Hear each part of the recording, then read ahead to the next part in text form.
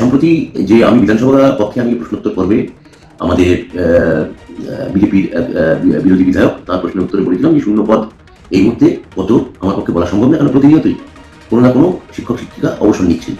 সেই প্রসঙ্গে আমি যা বলেছি সেটা হচ্ছে, যা পদ চলে গেছে এক, আর যা পদ পড়ে রয়েছে সেই প্রসঙ্গে কিছু কথা বলেছিলাম। সেটা নিয়ে কিছু বিতর্ক সৃষ্টি হয়েছে। এই বিতর্ক নিরসনে আমি কিছু তথ্য দিয়ে এটা এই বিতর্কের অবসান চাইছি।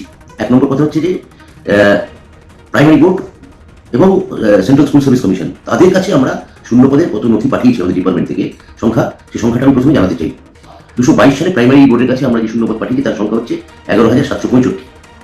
উচ্চ প্রাথমিকে আমরা ইতিমধ্যে পাঠিয়ে দিয়েছি 14,339 জন, এবং এটি এই উচ্চ প্রাথমিক এখন মহামান্য হাইকোর্টের নির্দেশে এখন কাউন্সিলিং চলছে। মাধ্যমিকে পাঠিয়েছি আমরা 13,500, কিছু বেশি, আর উচ্চ মাধ্যমিকে 5,500, সামান্য কিছু বেশি। এইগুলো পাঠানোর পর সামান্য যেগুলো পড়ে আছে সেটা নিয়ে আমি মন্তব্য করেছি। গতকাল এটা বলেছিলাম বিধানসভা পক্ষে, এবং বিধানসভা পক্ষে পরিষ্কার করে এটাও বলি যে এই মুহূর্তে শূন্যপদ কত তা আমার নির্দিষ্ট করে বলা সম্ভব নয়, এবং যেটা আমি বলেছিলাম আনুমানিক ওটা তার থেকেও আরো বেশি শূন্যপদের সংখ্যা।